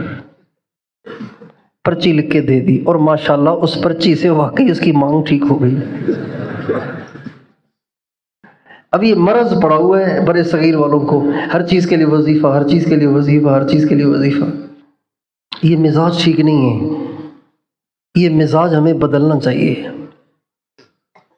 یہ جو درود شریف سے مسائل کا حل کتابچہ جو عام طور پہ ہمارے ساتھیوں کے پاس ہوتا ہے، یہ میں نے صرف اس مرض کے مریضوں کا نفسیاتی علاج کرنے کے لیے لکھا ہے کہ جا کے عاملوں کے پاس لاکھوں لٹائیں گے تو بھائی بجائے غیر شرعی چیزوں کو اپنانے کے، ساحروں سے سحر کروانے کے، اور بجائے لاکھوں روپے لٹانے کے، چلو جی آپ کو گھر بیٹھے اللہ کے نبی کا درود مل رہا ہے، اس کو پڑھتے رہو، اللہ کام کر دے گا انشاءاللہ۔ اور درود کے ذریعے سے کام ہونا حدیث میں آتا ہے۔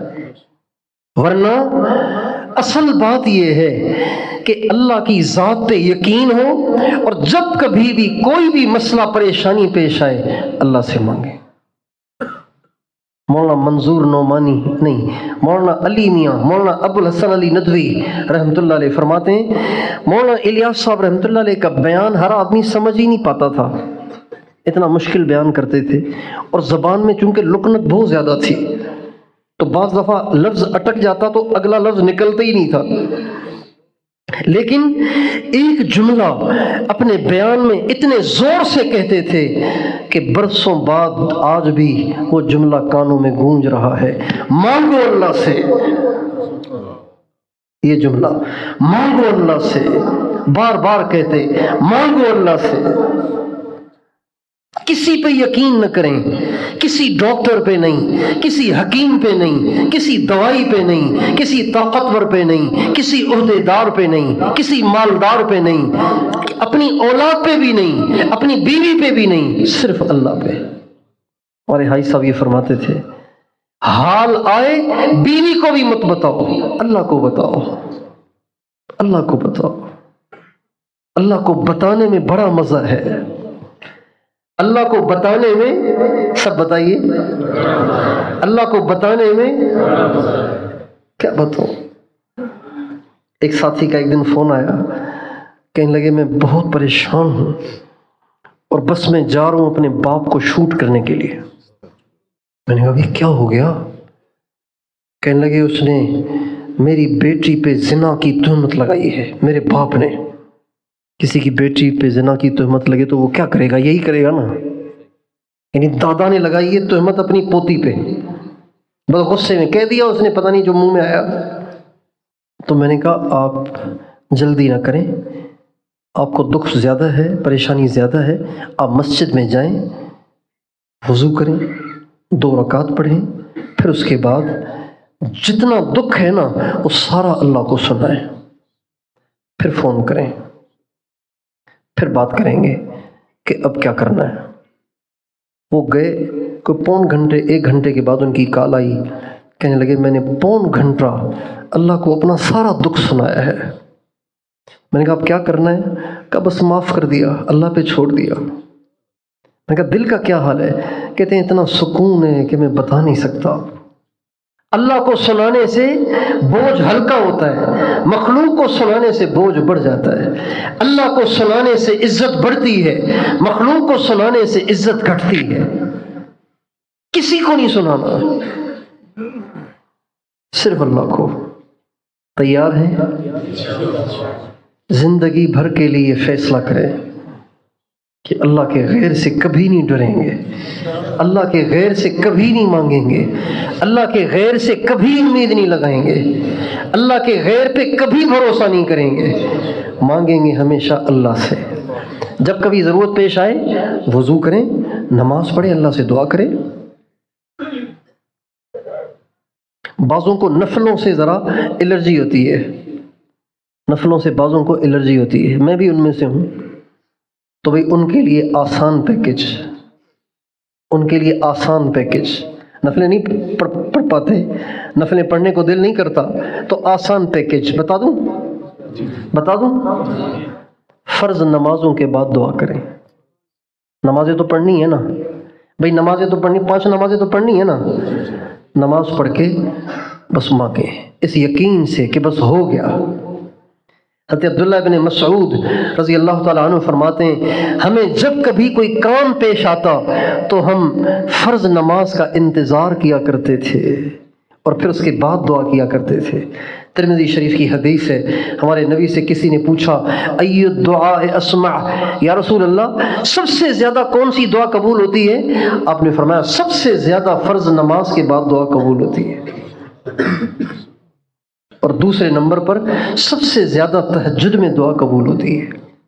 تو اگر کسی کو بار بار نفلیں پڑھنے میں دشواری ہے تو بھائی فرض نماز تو پڑھتے ہی ہیں نا، تو جب سلام پھیر کے فارغ ہو جائیں تو ہاتھ اٹھا کے اللہ سے لو لگا کے پہلے اللہ کی تعریف کریں، پھر اللہ کے نبی پہ درود پڑھیں، پھر 3 دفعہ یا ارحم الراحمین پڑھیں کہیں، اس کے بعد پھر اللہ پاک سے رو رو کے دل لگا کے مانگیں، اور اللہ پاک کو آرڈر نہ کریں، اللہ پاک سے ڈٹ کے مانگا کریں۔ جب آپ بہت مانگیں کسی چیز کو اور وہ نہ ہو تو پھر اللہ پاک سے یوں دعا کریں، یا اللہ اگر یہ میرے لیے صحیح نہیں ہے تو میرے دل سے اس کی طلبی نکال دے، طبیعت مطمئن ہو جائے گی۔ اور یہ بات بھی ہمارے نبی کی سنت ہے، ہمارے نبی کی دعا ہے، اے اللہ اگر کسی چیز کو تو مجھے نہیں دینا چاہتا تو پھر میرا دل بھی پھیر دینا اس سے، میں کیوں اس کے لیے پاگل بنا پھروں۔ اللہ تعالیٰ جہاں سمیع ہے، بصیر ہے، علیم ہے، مجیب الدعوات ہے، وہاں اللہ حکیم بھی ہے۔ اللہ تعالیٰ حکیم بھی ہے، اللہ تعالیٰ دعائیں سننے والا بھی ہے، اور اللہ تعالیٰ یہ مد نظر رکھنے والا بھی ہے کہ جو یہ مانگ رہا ہے اس کے لیے ٹھیک بھی ہے کہ نہیں۔ اللہ اس کو بھی مد نظر رکھتا ہے، یہ نہیں کہ جو مانگو گے مل جائے گا، اللہ یہ بھی دیکھتا ہے کہ یہ اس کے لیے ٹھیک بھی ہے کہ نہیں۔ لہٰذا بندے کو تو چاہیے کہ ڈٹ کے مانگے، پھر بھی نہ ملے تو سمجھ جائے میرے مالک کی رضا اسی میں ہے اور میرے لیے اسی میں بہتری ہے، لہٰذا اللہ تعالیٰ کی رضا پہ مطمئن ہو جائے، اللہ تعالیٰ کے فیصلے پہ راضی ہو جائے۔ تو اب ہماری زندگی کا رخ یہ ہونا چاہیے، جب بھی ضرورت پیش آئی فوراً اللہ سے، یا اللہ یہ مسئلہ، یا اللہ یہ مسئلہ، یا اللہ یہ مسئلہ، یا اللہ یہ مسئلہ، کرنا تو اللہ نے ہے۔ ہمارے نبی کا ارشاد ہے، الجامع الصغیر کی روایت ہے، ہمارے نبی کا ارشاد ہے، لیسأل احدکم ربہ حتی الملح، اگر تمہیں نمک بھی چاہیے تو اللہ سے مانگو، یا اللہ نمک نہیں ہے نمک دے دے۔ لیسأل احدکم ربہ حتی شسعن علیہ، تم اللہ سے مانگو یہاں تک کہ جوتی کا تسمہ بھی ٹوٹ جائے تو اللہ سے مانگو۔ ایک دفعہ بیمار تھا کافی، تو حاجی صاحب سے ملنے گیا، تو حاجی صاحب کہیں تشریف لے جا رہے تھے، تو حاجی صاحب نے ہاتھ پکڑا، طبیعت میں نے خود نہیں بتایا، وہ سمجھ گئے کہ یہ طبیعت ٹھیک نہیں ہے اس کی، تو ہاتھ پکڑا اور چلنا شروع کیا۔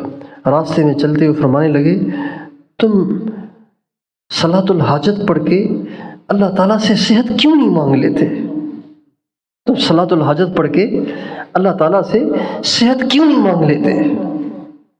تو میں نے کہا جی آپ ہی سے سنا ہے کہ اللہ تعالیٰ تم پہ بیماری بھیجے گا، پھر تمہیں چیک کرے گا کہ تم اللہ سے ہدایت کو مانگتے ہو کہ اللہ کو مانگتے ہو، اللہ سے تم صحت مانگتے ہو کہ اللہ کو مانگتے ہو۔ جب یہ کیا تو زور سے ایک تھپڑ مارا، فرمایا کہ ٹھیک ہے پہلے یہی مانگو مگر پھر صحت بھی مانگ لیا کرو۔ تو بھئی ہر بات اللہ سے مانگیں گے، ہر بات اللہ سے کریں گے، ہر دکھ کس سے شیئر کریں گے، ہر پریشانی کس سے شیئر کریں گے، ہر مسئلہ کس کو بتائیں گے؟ ساری دنیا سے بے نیاز۔ بادشاہی ہے بادشاہی، یہ بادشاہی ہے۔ بادشاہ بھی مانگتے پھرتے ہیں، الیکشن کے دنوں میں دیکھا نہیں آپ نے بادشاہ کیسے مانگتے پھرتے ہیں؟ یہ بادشاہی سے بڑی بادشاہی ہے کہ آپ کو کسی کی پرواہ نہیں، آپ صرف اللہ سے مانگتے ہیں، صرف اللہ سے کہتے ہیں۔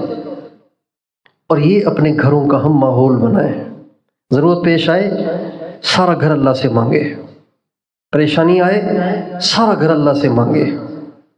مولانا الیاس صاحب کے گھر میں ایک بچہ بیمار ہوا تو مولانا الیاس صاحب نے دوسرے بچوں سے کہا اگر یہ شام تک ٹھیک نہ ہوا تم سب کی پٹائی ہوگی، اگر یہ شام تک ٹھیک نہیں ہوا تم سب کی پٹائی ہوگی۔ اور ٹھیک ہو گیا۔ اپنے گھروں کا یہ مزاج بنائیں۔ اگر ہم نے اپنے گھروں کا یہ مزاج نہ بنایا، اپنا یہ مزاج نہ بنایا، تو ان قریب ایک وقت آنے والا ہے جس میں مسلمان سب سے زیادہ تنگ دست ہوں گے، سب سے زیادہ بے سر و سامان ہوں گے، سب سے زیادہ محتاج ہوں گے۔ اگر انہوں نے اللہ سے مانگنا نہیں سیکھا ہوگا، اللہ کو بتانا نہیں سیکھا ہوگا، اللہ پہ یقین نہیں سیکھا ہوگا، تو یہ غیر کے محتاج بنیں گے، اور پھر اپنی ضرورتوں کو پورا کرنے کے لیے ان کو ایمان کو بیچنا پڑے گا۔ روٹی ان کو ملے گی جو ایمان بیچیں گے، کھانا ان کو ملے گا جو ایمان بیچیں گے، روزگار ان کو ملے گا جو ایمان بیچیں گے، معاشی وسائل ان کو ملیں گے جو ایمان کو بیچیں گے، اور جو ایمان کو مضبوط پکڑ کے رکھیں گے وہ دنیا میں سب سے زیادہ قسم پرس ہوں گے، سب سے زیادہ تنگ دست ہوں گے، ان پہ فاقے ہوں گے، ان پہ بھوک ہوگی، ان کی جان خطرے میں ہوگی، ان کے بچے خطرے میں ہوں گے، ان کی عورتیں خطرے میں ہوں گی۔ اللہ سے تعلق بنا لیا ہوگا تو آسان ہے۔ دجال آئے گا، مسلمانوں کے سارے وسائل پہ قبضہ کرے گا، مسلمانوں کے پاس کچھ نہیں رہے گا، اور مسلمانوں کو حکم ہے کہ دجال کا سامنا نہ کریں، دجال کا سامنا نہ کریں۔ کسی مسلمان کو اس کی اجازت نہیں ہے کہ وہ دجال کا سامنا کرے۔ ہمارے نبی کا ارشاد ہے، دجال کا سنو تو دور بھاگو، اس کے قریب نہ جاؤ، اس لیے کہ اس کے پاس سحر ہوگا، جادو ہوگا، اس جادو کے زور پر لوگوں کو اپنا گرویدہ بنا کر لوگوں کو اپنا خدا ہونا منوائے گا، لہذا کوئی اس کے قریب نہ جائے۔ پہاڑ ملے تو پہاڑوں میں چلے جائیں، پہاڑ نہ ملے تو دور دراز جنگلوں میں چلے جائیں، دور دراز جنگلوں میں نہ جا سکیں اپنے گھروں کے دروازے بند کر کے اندر بیٹھ جائیں، باہر نہ نکلیں۔ کہاں سے لائیں کھانے پینے کا سامان؟ لا الہ الا اللہ، لا الہ الا اللہ، لا الہ الا اللہ، یہ غذا ہوگی، اس سے بھوک بھی مٹے گی، پیاس بھی بجھے گی۔ تو اپنے یقین پہ محنت کریں گے انشاءاللہ، اپنے گھروں میں اس کا ماحول بنائیں گے۔ جب کبھی بھی ضرورت پیش آئے ہمارے بچے کس سے مانگیں؟ ہماری عورتیں کس سے مانگیں؟ ہم کس سے مانگیں گے؟ اللہ سے۔ یہ یقین جو بنے گا اس کے لیے ہمیں چند کام کرنے پڑیں گے۔ ان میں سے ایک کام کہ یقین کے بولوں کو بولیں، یقین کے بول بولیں، ایسا کوئی بول نہ بولیں کہ جس سے اللہ کے غیر سے ہونا ثابت ہو، ہمیشہ وہ بول بولیں جس سے اللہ سے ہونا ثابت ہو، ایک کام۔ دوسرا کام، اللہ تعالیٰ کی مخلوقات میں غور کریں، اس سے اللہ کی عظمت آئے گی، اللہ کا یقین آئے گا۔ چاند کو دیکھیں، اف کتنا بڑا ہے، اس کا بنانے والا کیا ہوگا؟ ستاروں کو دیکھیں، اللہ اکبر، آسمان کو دیکھیں، اللہ اکبر، سمندر کی موجوں کو دیکھیں، اللہ اکبر، اپنے آپ میں دیکھیں۔ وَفِي أَنفُسِكُمْ أَفَلَا تُبْصِرُونَ وَفِي السَّمَاءِ رِزْقُكُمْ وَمَا تُوعَدُونَ فَوَرَبِّ السَّمَاءِ وَالْأَرْضِ إِنَّهُ لَحَقٌّ مِثْلَ مَا أَنَّكُمْ تَنطِقُونَ۔ اپنے آپ میں غور کریں، کیا بنایا اللہ نے مجھے؟ اللہ اکبر، ہڈی گوشت کھال اور حرکت کر رہی ہے، آنکھیں دیکھ رہی ہیں، زبان بول رہی ہے، اللہ اکبر۔ زبان پہ چیز رکھو تو ذائقہ بتاتی ہے، ہتھیلی پہ رکھو تو نہیں بتاتی، زبان ہی ذائقہ بتاتی ہے۔ پاؤں پہ رکھو، ہاتھ پہ رکھو، پیٹ پہ رکھو، ٹانگ پہ رکھو، کوئی جگہ نہیں بتائے گی کہ کڑوا ہے کہ میٹھا ہے، پھیکا ہے کہ کھٹا ہے، زبان بتا دیتی ہے۔ سارے جسم کو خوشبو سے گیلا کر دو، لت پت کر دو، اگر ناک کی قوت شامہ معطل ہے تو آپ کو پتہ نہیں چلے گا کون سی خوشبو لگائی ہے، اور اگر قوت شامہ کھلی ہوئی ہے تو خوشبو لگا کے کوئی پاس سے بھی گزر جائے تو پتہ چل جاتا ہے۔ یہ صرف ناک بتاتی ہے، اور کچھ اور کوئی عضو نہیں بتا سکتا۔ آنکھ ہی دیکھتی ہے، ہاتھ نہیں دیکھتے، زبان نہیں دیکھتی، سینہ نہیں دیکھتا، ٹانگیں نہیں دیکھتی، صرف آنکھ ہی دیکھتی ہے۔ کیا اللہ کا نظام ہے! کھانا کھاتے کس شکل میں ہے، نکلتا کس شکل میں ہے، پانی پیتے کس شکل میں، نکلتا کس شکل میں ہے، اللہ اکبر۔ کون سی اندر فیکٹریاں ہیں جو لگی ہوئی ہیں اور سارا دن چل رہی ہیں، سارا دن فیکٹری چلتی ہے۔ آپ موبائل کا زیادہ استعمال کریں، موبائل گرم ہو جاتا ہے۔ یہ کیسا انسان کا کارخانہ ہے کہ سارا دن معدہ چلتا ہے، سارا دن دل دھڑکتا ہے۔ ہم 4 مہینے کے تھے کہ جب یہ دل دھڑکنا شروع ہوا تھا، اب بڑھاپا آ گیا ہے، ابھی بھی دل دھڑک رہا ہے، اور قبر میں جانے تک یہ دھڑکتا رہے گا، تھکے گا نہیں، گرم نہیں ہوگا، بیٹری لو نہیں ہوتی، دھڑک رہا ہے، دھڑک رہا ہے، دھڑک رہا ہے، دھڑک رہا ہے، دھڑک رہا ہے۔ وفی انفسکم افلا تبصرون، اللہ کی نشانیوں میں غور کریں۔ فَلْيَنظُرِ الْإِنسَانُ إِلَىٰ طَعَامِهِ، اپنے کھانے میں غور کریں، غلے میں غور کریں، درختوں میں غور کریں، پھلوں میں غور کریں، پتوں میں غور کریں، کیڑے مکوڑوں میں غور کریں، آم میں غور کریں۔ یہ آم کس نے بنایا ہے؟ ذرا سوچیں تو صحیح۔ اس کی گھٹلی، اس کے اوپر اتنا لذیذ گودا، اس کے اوپر پھر کھال کا غلاف اور اس کی پیکنگ، اور کہیں سے جڑا ہوا معلوم نہیں ہوتا۔ بھائی پیکنگ ہوگی تو جڑا ہوا ہوگا نا، ایک عجیب پیکنگ ہے، کہیں سے جڑا ہوا ہی نہیں ہے، عجیب بات ہے۔ مٹھائی کا ڈبہ ہم لیتے ہیں نا، تو آخر کہیں سے تو سولیوشن ٹیپ کے ذریعے سے جڑا ہوا ہوتا ہے نا، سولیوشن ٹیپ کھولتے ہیں تو ڈبہ کھل جاتا ہے۔ یہ عجیب پھل کا عجیب نظام ہے کہ ایسا اللہ اسے پیک کرتے ہیں کہ کہیں نشان ہی نہیں ہوتا، پیکنگ کا نشان ہی نہیں۔ اور کیا کیا ذائقے ہیں، آم کا ذائقہ الگ ہے، سیب کا ذائقہ الگ ہے، انگور کا الگ ہے، کیلے کا الگ ہے، امرود کا الگ ہے، خربوزے کا الگ ہے، تربوز کا الگ ہے، جبکہ ہیں سارے میٹھے۔ اللہ کی نشانیوں میں غور کریں، پہاڑ کو دیکھیں، اللہ اکبر کتنا بڑا پہاڑ ہے،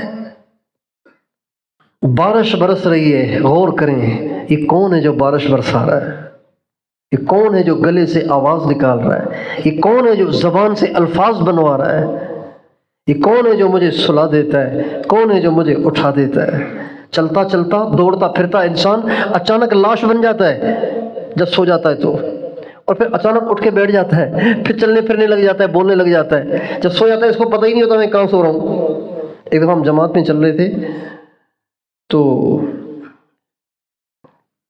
ایک ساتھی ادھر سو رہا تھا، ایک ساتھی ادھر سو رہا تھا، یعنی اس کے بائیں طرف سو رہا تھا۔ صبح کو جب اٹھایا گیا، جماعت کا میں ذمہ دار تھا، نگر پار کر ہماری تشکیل ہوئی تھی۔ یہ ابتدائی جماعتیں گئی تھیں ریتیلے علاقوں میں، سارا دن صبح سے لے کے مغرب تک سفر کرتے تھے، مغرب کے قریب بستی میں پہنچتے تھے، تھکے تھکائے۔ اب ساتھی سوئے ہوئے، ایک یہاں سویا ایک ادھر سویا اس کے بائیں طرف۔ صبح کو جب اٹھایا تو یہ بائیں طرف سویا ہوا دائیں طرف سے اٹھ رہا ہے۔ میں نے کہا یہ کیا مسئلہ ہے بھائی، آپ سوئے ادھر تھے اٹھ رہے ادھر سے؟ کہ پتہ نہیں میں راتوں رات اس کے اوپر سے چڑھ کے ادھر آ گیا۔ اچھا جس کے اوپر سے پھلانگ کے گیا اس کو بھی نہیں پتا، اس کی بھی نیند ایسی گہری، اس کی بھی نیند ایسی گہری، سویا تھا ادھر اٹھا ادھر۔ کیا اللہ کا نظام ہے۔ بھاگنے دوڑنے والا انسان بالکل لاش بن جاتا ہے جب رات کو سوتا ہے تو، اور پھر اٹھ کے پھر دوبارہ کام کرنا شروع کر دیتا ہے، بولنا شروع کر دیتا ہے، سمجھنا سننا شروع کر دیتا ہے۔ اللہ کی نشانیوں میں غور کریں۔ دو کام۔ تیسرا کام، انبیاء، صحابہ اور اولیاء کے واقعات میں غور کریں۔ جن جن کے ساتھ اللہ کی قدرت کے کرشمے میں پیش آئے، اللہ کی قدرت کے واقعات پیش آئے، ان واقعات میں غور کریں۔ موسیٰ علیہ السلام کو جو اللہ نے گزار دیا، ابراہیم علیہ السلام کو بچا دیا، اور صالح علیہ السلام کے لیے اللہ نے پتھر سے اونٹنی نکال دی۔ کافر کم بختوں کے مطالبے بھی دیکھو کیسے ہیں، کہنے لگے ہم آپ کو نبی مانیں گے، مگر اس وقت جب آپ اس چٹان سے اونٹنی نکالیں، اور اونٹنی بھی ایسی جو نکل کے فوراً بچہ دے دے، تو فرمایا دیکھ لو اللہ نشانی دیتا نہیں ہے، اگر دے دے تو پھر ماننا ضروری ہو جاتا ہے، پھر وہ آزمائش بن جاتی ہے۔ کہا نہیں نہیں آپ کر کے دکھائیں، ان کو پتا تھا کہ نہیں کر سکیں گے، چنانچہ ایسے ہو گیا، پتھر سے اونٹنی۔ اس لیے اللہ سے کبھی نشانی مانگنی نہیں چاہیے، اللہ کی باتوں پہ ایمان لانا چاہیے، نشانی نہیں مانگنی چاہیے، دلیل نہیں مانگنی چاہیے۔ ان واقعات میں غور کرنا، یہ تیسری بات ہے۔ اور چوتھی بات، کچھ دیر تنہائی میں بیٹھ کے اللہ کی یاد میں ایسے بیٹھنا کہ صرف اللہ ہو اور کوئی نہ ہو۔ ابتدائی درجے کے سالک کو اس کا اہتمام کرنا چاہیے کہ جب مراقبے کے لیے بیٹھے تو اپنی آنکھوں کے سامنے کپڑا ڈال دے۔ ابتدائی درجے کے سالک کو اس کی ضرورت پڑتی ہے، بعد میں نہیں رہتی، لیکن ابتدائی درجے میں اس کی ضرورت پڑتی ہے، اور اس کا بہت فائدہ ہے۔ آپ چہرے سے کپڑا ہٹا کے مراقبہ کریں اور چہرے پہ کپڑا ڈال کے مراقبہ کریں، بہت بڑا فرق آپ کو محسوس ہوگا، تاکہ یکسوئی ہو۔ اللہ تعالیٰ نے اصل میں بات یہ ہے کہ اللہ تعالیٰ نے روئی کے اندر ایسی خاصیت رکھی ہے کہ اس سے پردہ ہو جاتا ہے. جو غیبی مخلوق ہے نا اس سے پردہ ہو جاتا ہے. ہاں، سیمنٹ سے پردہ نہیں ہوتا، اینٹوں سے پردہ نہیں ہوتا، روئی سے پردہ ہو جاتا ہے. یہ اللہ کا نظام ہے. یا بنی آدم قد انزلنا علیکم لباسا یواری سوآتکم وریشا. اے آدم کے بچوں، میں نے تمہارے لیے لباس اتارا ہے اور اس میں یہ خاصیت رکھی ہے، یہ تمہارے ستر کو چھپائے گا. آپ کمرے میں اندر بیٹھیں تو جن آپ کو باہر سے بھی دیکھ لیتا ہے. ان کو اللہ نے ایسی تاثیر دی ہے کہ باہر سے بھی بیٹھ کے دیکھ لیتا ہے اندر کون بیٹھا ہوا ہے. لیکن کپڑے پہنے ہوئے ہیں تو آپ کا ستر نہیں دیکھ سکتا. عجیب بات ہے نا یہ. اس لیے جب آپ کھلے چہرے کے ساتھ مراقبہ کرتے ہیں تو شیاطین آپ پہ توجہ ڈال کے آپ کے خیالات کو منتشر کریں گے. جب آپ کپڑا ڈال دیں گے تو ان کو آپ نظر ہی نہیں آئیں گے. یکسوئی حاصل ہو جائے گی، خیالات کم آنا شروع ہو جائیں گے، خیالات کم ہو جائیں گے، مراقبے میں دھیان جمے گا. اب اس میں رکاوٹ یہ پیش آتی ہے کہ یار اب سب کے سامنے کیا کپڑا ڈالوں، کہیں گے پتہ نہیں کون سے آسمان پہ جا رہا ہے. یہی تو بات ہے نا، اللہ کے غیر کا دھیان ابھی بھی ہے تو پھر کہاں اللہ کا تعلق ملے گا.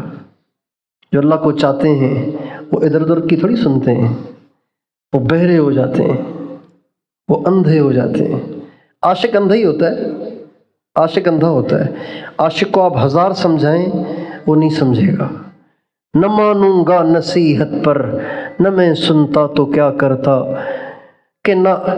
کہ ہر بات میں ناصح تمہارا نام لیتا تھا. ایک عاشق کہتا ہے کہ مجھے کسی سے عشق ہو گیا تو ایک آدمی مجھے سمجھانے کے لیے آیا، نصیحت کرنے کے لیے آیا. بہت سمجھایا، وہ بھائی تو اس کو چھوڑ دے، تو اس کا پیچھا چھوڑ دے، تو اس کو نہ دیکھا کر، تو اس سے نہ ملا کر. بار بار اس کا نام لے رہا ہے. اچھا، یہ پوری توجہ سے ساری بات سن رہا ہے. تو کسی نے کہا ماشاءاللہ آج تو نصیحت کا خوب اثر ہوا ہوگا، اتنی توجہ سے آپ سن رہے تھے، اس کا مطلب ہے اثر لے رہے تھے. اس پہ اس نے کہا نہ مانوں گا نصیحت پر، نہ میں سنتا تو کیا کرتا، کہ ہر بات میں ناصح تمہارا نام لیتا تھا. سمجھئے؟ کہتے ہیں یہ جو میں توجہ سے سن رہا تھا نا وہ اس کی نصیحت تھوڑی، وہ اس کا نام سن رہا تھا. وہ جو بار بار لے رہا تھا نا، اس کو چھوڑ دے، اس سے نہ ملا کر، اس کو نہ دیکھا کر، اس کے پاس نہ جایا کر، نام لے لے کے. تو اس کی نصیحت تو میں نہیں سن رہا تھا، البتہ بیچ بیچ میں جو تمہارا نام آ رہا تھا نا تو میں تو اسی کو سن سن کے مزے لے رہا تھا. تو عاشق اندھا ہوتا ہے، عاشق بہرا ہوتا ہے، عاشق کسی کی نہیں سنتا. جو اللہ کا عاشق ہوتا ہے وہ بھی ایسے ہی ہوتا ہے. ہزار کوششیں کیں ابو جہل نے، بلال نے ایک نہیں سنی. ہزار کوششیں کی ابی بن خلف نے، خباب نے ایک نہیں سنی. ہزار کوششیں کی ابو جہل اور ابی بن خلف اور دوسرے قریش مکہ نے، عمار اور یاسر اور ان کی والدہ محترمہ سمیہ نے کسی کی نہیں سنی، بلکہ اپنے موقف پہ ڈٹے رہے. اس لیے یہ سوچنا چھوڑ دیں کہ اب لوگ کیا کہیں گے، لوگ کیا کہیں گے، لوگ کیا کہیں گے. یہ جملہ چھوڑ دیں کہنا. چوتھا کام، ایک سوئی کے ساتھ بیٹھ کے مراقبہ کیا کریں. کتنے کام ہو گئے؟ پانچواں کام، اللہ سے رو رو کے مانگا کریں. یا اللہ آپ اتنے بڑے ہیں پھر بھی میں آپ سے نہیں مانگتا، چھوٹوں سے مانگتا پھرتا ہوں، چھوٹوں پہ یقین کیا کرتا رہتا ہوں. یا اللہ میں اس غلط روش سے توبہ کرتا ہوں اور میں اس سے نجات چاہتا ہوں. اب تو مجھے اس سے نجات دے اور مجھے اپنی ذات کا یقین دے. کتنے کام ہو گئے؟ یہ 5 کام جو کرے گا اللہ تعالیٰ اس کو ضرور اپنی ذات کا یقین عطا فرمائیں گے. اور جب اس میں یقین آئے گا تو یہ دنیا کا سب سے بے نیاز اور سب سے طاقتور انسان بن جائے گا. اللہ تعالیٰ مجھے بھی آپ کو بھی ان تمام باتوں کو سمجھنے اور ان پر عمل کرنے کی توفیق عطا فرمائے. اپنے گھروں میں جا کے آپ نے بنانا یہ نظام، جو بھی مسئلہ پیش آئے سارے گھر کو بٹھائیں، اور نماز پڑھ کے اللہ سے دعا کریں. آؤ اللہ سے دعا کریں، سارا گھر جمع ہو کے دعائیں کریں، انشاءاللہ آپ دیکھیں اللہ تعالیٰ کیسے کام کرتا ہے۔ ہمارے محلے میں ایک دفعہ گرمی کا موسم ٹرانسفارمر جل گیا، اور ہمارے ہاں سندھ میں ماشاءاللہ ٹرانسفارمر اگر جل جائے نا تو پھر اللہ ہی اس کو ٹھیک کرتا ہے۔ کون ٹھیک کرتا ہے؟ ہر صوبے میں اللہ ٹھیک کرتا ہے، لیکن وہاں اللہ کا ٹھیک کرنا نظر آتا ہے، چونکہ وہاں غیر تو ہے نہیں، پاپٹا والے تو پتہ نہیں کہاں ہوتے ہیں، ان کو پیسے چاہیے ہوتے ہیں اور ہر ایک پیسے دیتا نہیں ہے، لہٰذا اللہ ہی ٹھیک کرتا ہے۔ ہمارا ٹرانسفارمر شرط گرمی ایسی کہ بس توبہ، تو میں دوپہر کو گھر آیا تو اب ٹرانسفارمر جلا ہوا ہے، گرمی شدید، پھر مجھے چونکہ وہ مسائل ہیں معدے کے، کولیسٹرول کے، پھر مجھے گرمی عام آدمی سے بہت زیادہ لگتی ہے، میں پریشان ہو گیا۔ مجھے خیال آیا سب سے جو کہتا ہوں آج خود بھی تو وہ کرنا چاہیے، چنانچہ میں نے سارے گھر سے کہا، میں نے کہا آپ سارے جمع ہو جاؤ، استغفار شروع کرو۔ سب سے چھوٹے بچے میرے نواسے، نواسی، بیٹی، اہلیہ، یہ سارے بیٹھ گئے۔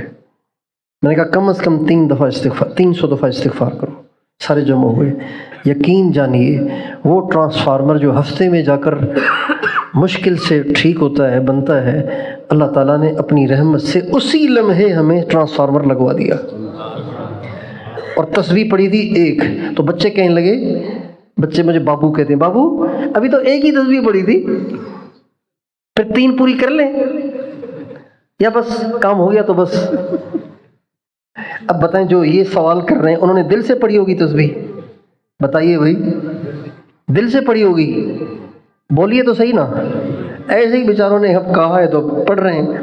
اللہ تعالیٰ اس پہ بھی بنا دیتا ہے، زبان کے بولوں پہ بھی اللہ بنا دیتا ہے۔ ہمارے مدرسے میں ایک دفعہ بجلی چلی گئی۔ اچھا اس زمانے میں یہ سولر وغیرہ نہیں آئے تھے، یہ 20 سال پرانی بات ہے۔